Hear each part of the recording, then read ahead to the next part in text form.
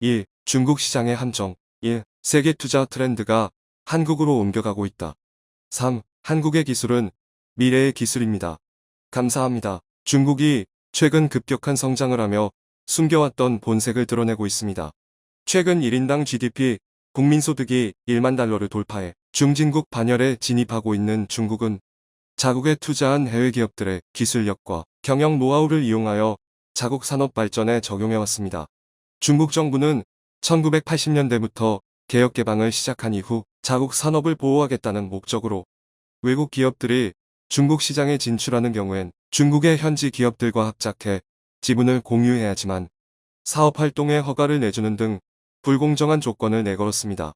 특히 중국 기업이 50% 이상 지분을 가져야 사업 허가가 났기에 해외 기업들은 합작법인의 지분을 절반 이하로 유지해야 합니다. 이런 조항들은 기술력과 자본력을 보유한 해외 업체들에게 굉장히 불리하게 작용하지만 세계 최대 시장으로 떠오르는 중국에서 사업하기 위해선 이런 위험을 감수하고 많은 글로벌 기업들이 중국에 진출하기 시작한 것입니다. 이런 식으로 중국 내 사업을 시작하는 경우 현지 중국 기업과 50%가량의 지분을 나눠야 하기에 이익을 나누는 것은 물론이고 해외 업체들이 수십 년간 쌓아온 기술력과 노하우를 비롯한 지적 재산들이 중국 업체에게 넘어갈 위험이 있으며 이를 이용한 중국 기업들이 독자적인 사업을 시작해 잠재적인 경쟁자로 커질 수 있는 위험이 있습니다. 이렇게 기술이 탈취될 수도 있는 위험은 물론이고 정치적인 리스크 역시 존재합니다. 중국 정부 눈밖에 나면 수십조 원을 투자한 중국 사업을 순식간에 접어야 할 위기에 놓이기도 합니다. 해외 기업들의 기술력과 노하우를 충분히 확보했다는 판단이 들면 중국 정부는 해외 기업들의 이용 가치가 사라졌다며 사실상 중국 시장에서 쫓아내고 있습니다. 이런 식으로 중국 시장에서 가장 큰 견제를 받는 해외 기업이 도저히 못 버티겠다며 한국행을 공식화한 가운데 일본에선 공장 유치에 실패해 세계 1위 업체의 한국 진출을 바라만 보게 되었습니다. 관련 소식을 자세히 알아보겠습니다. 우리나라 기업들도 역시 예외는 아니지만 상대적으로 안전한 것으로 확인되고 있습니다. 중국 내 반도체 생산 거점인 삼성전자 시안 공장은 삼성 측에서 지분 100%를 보유하고 있는 것으로 알려졌습니다. 중국 우시 지역의 SK하이닉스 메모리 공장도 SK하이닉스가 100%의 지분을 보유해 중국 업체들의 숟가락 엎기를 원천적으로 차단한 상태입니다. 우리나라 반도체 업체들이 중국 사업의 리스크를 우려해 진출을 망설이자 중국 정부에서 예외적으로 특별 혜택을 주며 자체적인 지분만으로 사업 활동을 하도록 한 것인데요. 현대차도 중국 내 지분을 100%까지 늘리도록 허가를 받으며 중국 업체의 지분을 정리하고 있습니다. 2002년 중국에 진출한 현대자동차는 중국 정부의 방침에 따라 50대 50 합작법인을 유지해왔지만 최근 중국 정부의 허가를 통해 100% 지분을 가진 현대상용차 법인을 새로 탄생시키는 등 새로운 변화가 생겨나고 있습니다. 하지만 중국 시장의 밝은 관계자들은 중국 정부가 이유 없이 규제를 완화할 리는 없다며 알려지지 않은 속셈이 있다고 분석했습니다. 먼저 중국이 유리한 위치를 선점한 분야는 시장을 개방하며 인심을 쓰는 척하지만 이런 선심성 정책은 아직 중국에 진출하지 않은 새로운 기업들을 끌어들이기 위한 전략으로 보고 있습니다. 현대차의 사례를 보면 알 수 있습니다. 지난 2016년 당시만 하더라도 현대차는 중국 시장에서 1년간 116만 대를 판매하는 등 엄청난 실적을 올렸지만 중국 정부의 자국 기업 육성 정책을 정면으로 맞은 현대차는 2021년 기준으로 30만 대 수준의 판매량을 기록하며 판매량이 5년 만에 4분의 1로 줄었습니다. 현재 중국 정부의 지원을 받은 자동차 업체와 신생 전기차 업체가 우후죽순으로 생기며 현대기아 자동차의 중국 내 실적은 더 안 좋아질 것으로 전망되고 있습니다. 이렇게 자국 기업들이 시장을 장악한 분야에선 중국은 규제를 완화하며 인심을 쓰는 것처럼 보이는데요.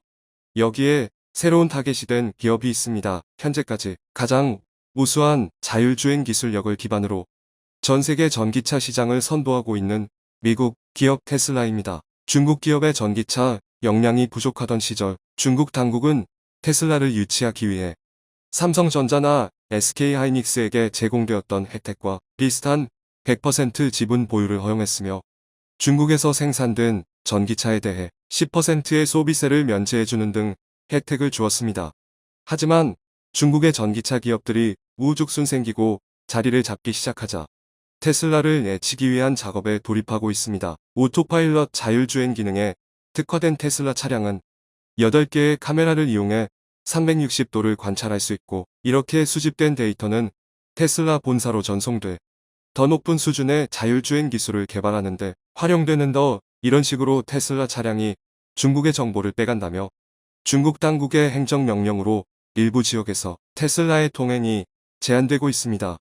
중국 최고 위층이 모이는 허베이성의 베이다이어는 한국으로 치면 여의도와 같은 지역으로 정치인과 기업가들이 모여드는 곳입니다.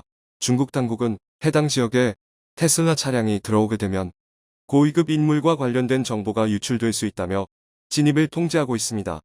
하지만 이런 조치의 근본적인 목적은 테슬라 차량을 견제하기 위한 명분에 불과합니다. 얼마 전엔 중국군 부대 주변에서 테슬라 차량이 돌아다니지 못하게 통제했고, 며칠 전엔 중국 정부 청사 건물에 테슬라 차량이 진입하는 것을 통제했습니다. 군사시설이나 정부시설에 출입하지 않더라도 근처에도 못 가게 막아 세우며 테슬라 차량 사용을 제한해 불편함을 가중시켜 중국 국민들의 테슬라 차량 구매사를 인위적으로 통제하는 것입니다. 테슬라는 중국 내 전기차 사업 초기 잠시나마 판매량 1위를 기록한 적이 있었지만 얼마 지나지 않아 순식간에 2위로 내려앉았고 올해는 3위를 기록하고 있습니다. 갈수록 중국 현지 업체들에게 밀려 점유율이 하락하고 있는 상황입니다. 현재 중국의 전기차 시장 점유율 1위부터 15위까지 기업들 중에서 3위인 테슬라를 제외하면 모두 중국 업체들입니다.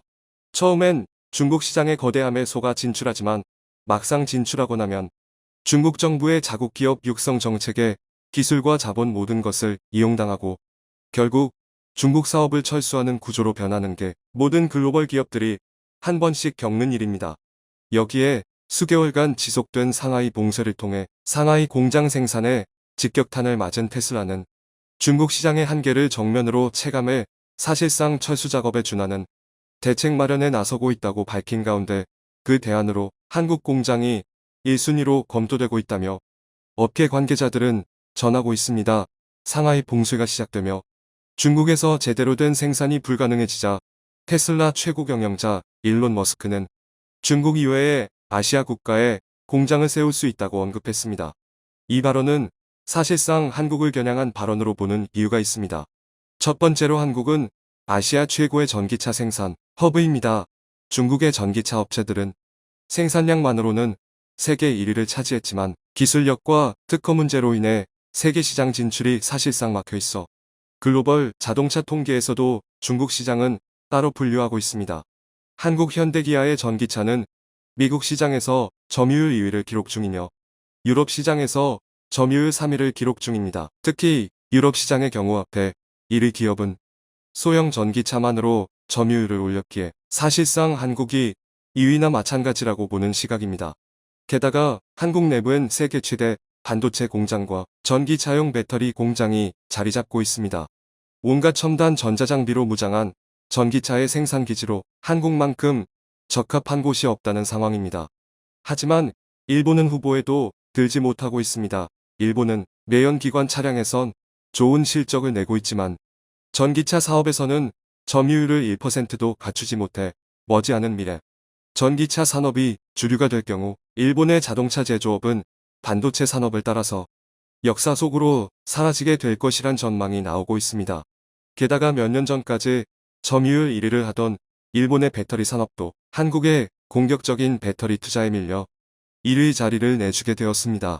여기에 일본은 아날로그식 산업 구조를 갖추고 있어 전기차의 보급률이 선진국 가운데 최하위에 속합니다. 반면 한국은 빨리빨리의 민족답게 세계에서 가장 빠른 속도로 전기차가 보급되고 있고 전기차 인프라도 빠르게 갖춰가고 있습니다. 세계에서 가장 빠른 속도로 전기차가 보급되고 있고 전기차 인프라도 빠르게 갖춰가고 있습니다. 중국에서 밀려난 세계 1위 전기차 업체가 한국 시장에 자리를 잡아야 될 이유는 충분합니다. 산업 구조적으로도 한국이 유리한 이유가 있습니다. 한국은 수출 중심의 국가로 전 세계 수많은 국가들과 자유무역협정 FTA를 체결함은 물론 경제협력기구에 가입해 수출하는데 유리하도록 노력해왔습니다. 한국에서 생산된 제품들이 미국과 유럽 등 거대 시장에서 사실상 무관세로 수출되고 있고, 이는 국제제재로 중국산 제품이 미국과 유럽에서 보복관세를 맞이하는 것과는 비교됩니다. 여기에 인도까지 가세하고 있습니다. 지난 5월 인도 당국은 중국에서 생산한 테슬라 차량을 인도에서 판매할 생각조차 하지 말라며 일방적으로 통보했습니다. 니틴 가드카리 인도 교통부 장관은 테슬라가 인도에서 전기차를 제조해 판매하거나 수출하는 것은 환영하지만 중국산 테슬라 차량을 수입하는 것은 거부한다고 밝혔습니다. 이는 사실상 인도에 공장을 지으라는 압박이 되었지만 중국이 아닌 해외 공장에서 생산된 테슬라 차량에 대한 수입 관세 인하도 협의 중으로 알려졌습니다. 즉 중국만 아니면 된다는 뜻으로 2010 한국과 인도는 자유무역 협정 FTA보다 더욱 강력한 포괄적 경제동반자 협정 테파 협정을 체결한 상태로 한국에서 생산된 테슬라 차량의 인도 시장 진출도 무리 없이 진행될 가능성이 큽니다. 중국 정부는 자국 공무원 연구 개발자들을 향해 테슬라 차량을 타지 말라는 지시를 내렸고, 이런 흐름은 언제든 중국 시장에 진출한 해외 기업들이 당할 수 있는 일입니다. 우리 기업들도 언제든 이런 일을 당할 수 있고, 과거 사드 배치를 이유로 들며 중국이 한국 기업들을 향해 보복 조치를 시행한 것은 현재도 유효한 상황입니다.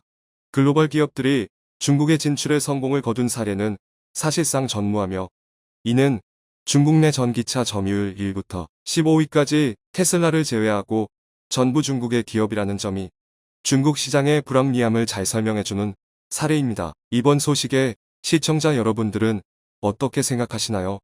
게다가 유럽 시장에서도 한국의 전기차 기술이 확인됐다.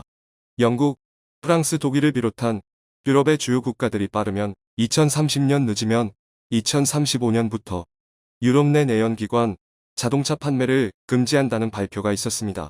내연기관 자동차란 기존의 휘발유 경유와 같은 화석 연료를 사용하여 움직이는 자동차를 말합니다.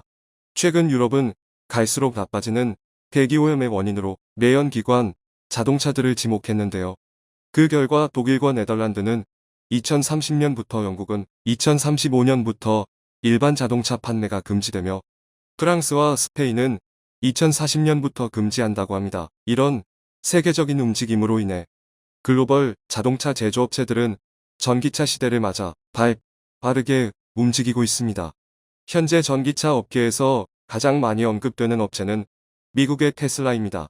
테슬라는 애초부터 전기차만을 만드는 회사로 자율주행을 비롯한 첨단 기술로 유명하며 최근 들어 많은 사람들의 기대를 받고 있어 회사의 주가 또한 급격하게 오른 곳이기도 합니다. 세계적인 기대가 있는 만큼 주문량 또한 어마어마하지만 미국 공장에서의 생산 속도가 주문량을 따라가지 못해 중국의 상하이에 새로운 공장을 지었습니다. 테슬라는 중국에서 공장을 짓고 중국산 배터리를 사용해 원가 절감을 시도했는데요.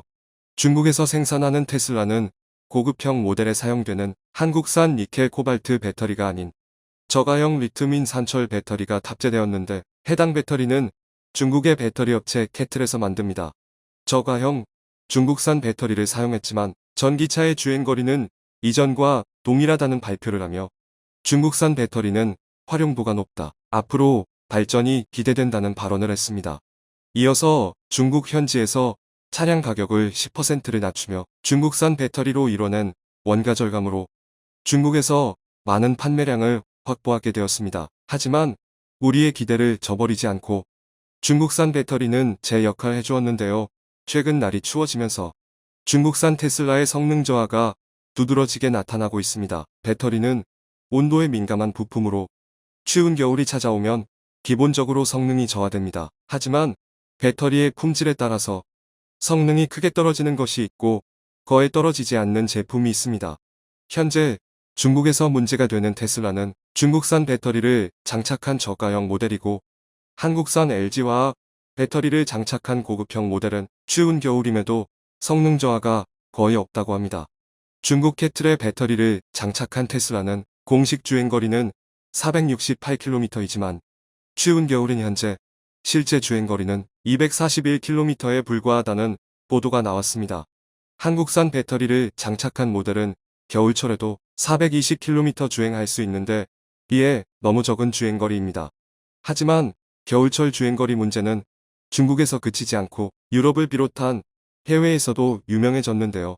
얼마 전 중국산 테슬라 모델 3이 유럽으로 수출되었기 때문입니다.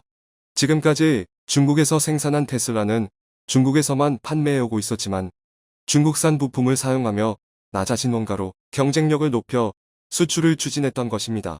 유럽의 소비자들이 중국산 테슬라를 타보고 실망한 사이에 한국의 전기차가 주목받고 있습니다. 한국의 전기차는 유럽 내 판매량 급증으로 성능과 실용성이 주목받고 있습니다. 현재 유럽의 전기차 판매량 1위는 르노의 조에이며 현재까지 약 7만 5천 대가량 판매됐습니다. 테슬라의 모델 3은 5만 5천 대가량 판매되었으며 유럽 내 2위입니다. 하지만 우리나라 현대차의 코나 EV는 3만 2천 대로 3위를 차지했으며 기아차의 니로 EV는 2만 4천 대가량 판매되었습니다. 코나와 니로는 같은 플랫폼 여대를 사용했으며 디자인과 로고만 다른 자동차입니다. 그렇기에 한국 현대기아의 코나와 니로의 판매량을 합치면 2위인 테슬라보다 근소하게 많은 숫자입니다. 그리고 유럽 내 한국 자동차가 더욱 기대되는 부분이 있습니다. 한국 전기차의 판매량이 최근 들어서 급격하게 올라왔다는 점인데요. 최근 코나 EV는 배터리 발화 문제를 겪으며 안 좋은 이슈를 가지고 있음에도 불구하고 유럽 내 판매량은 가파르게 상승하고 있습니다. 얼마 전 7월부터 코나 EV가 테슬라를 꺾고 월 단위 판매량이 급격하게 늘어났는데요. 그 이유는 주행거리에 있습니다. 전기차는 휘발유 차량과 다르게 아무 때나 충전하기 어려워 주행 가능 거리가 매우 중요합니다. 앞서 말씀드린 것처럼 테슬라의 모델 3은 중국산 배터리를 사용하여 주행거리가 반토막이 났지만 한국의 코나 EV와 니로 EV는 현대기아가 공식적으로 발표한 주행 가능 거리보다 훨씬 더 많은 거리를 주행 가능하다는 것이 현지 언론과 유튜브를 통해 공개되며 입소문을 타고 있다는 것입니다. 독일의 한 자동차 전문 매체에서 조사한 결과 테슬라의 제조사 공식 주행 가능 거리는 409km지만 실제 측정 결과 384km가 나왔다고 합니다. 반면에 현대기아의 전기차는 제조사가 공식 발표한 주행 가능 거리보다 훨씬 윗돌고 있습니다. 왼쪽의 기아 니로는 공식 주행 가능 거리가 455km지만 실제 측정 시 611km를 갈 수 있으며 오른쪽 현대 코나는 공식적으로는 449km를 가지만 실제로는 649km를 간다는 것입니다. 참고로 해당 비교 실험 당시는 여름이라 테슬라의 배터리가 성능 저하를 일으키지 않았다고 생각됩니다. 이번 실험 결과가 독일을 비롯한 유럽의 유튜브에 공개되면서 수십만의 조회수를 기록해 현대기아 자동차의 말도 안 되는 효율성이 입소문을 타며 유럽 내 전기차 판매 2위를 이끌었다는 것입니다. 일부 유럽 소비자들은 사실상 우리나라 전기차가 1위라고 주장하는 사람들도 있습니다. 현재 유럽에서 7만 5천 대가량을 판매하며 판매량 1위를 기록한 르노의 조에는 차체 본류부터가 슈퍼미니 자동차입니다. 우리나라 모닝, 마티즈보다 작은 크기이며 코나보다도 많이 작은 크기입니다. 주행 가능 거리도 200km대로 450km대인 코나와 2배 차이 납니다.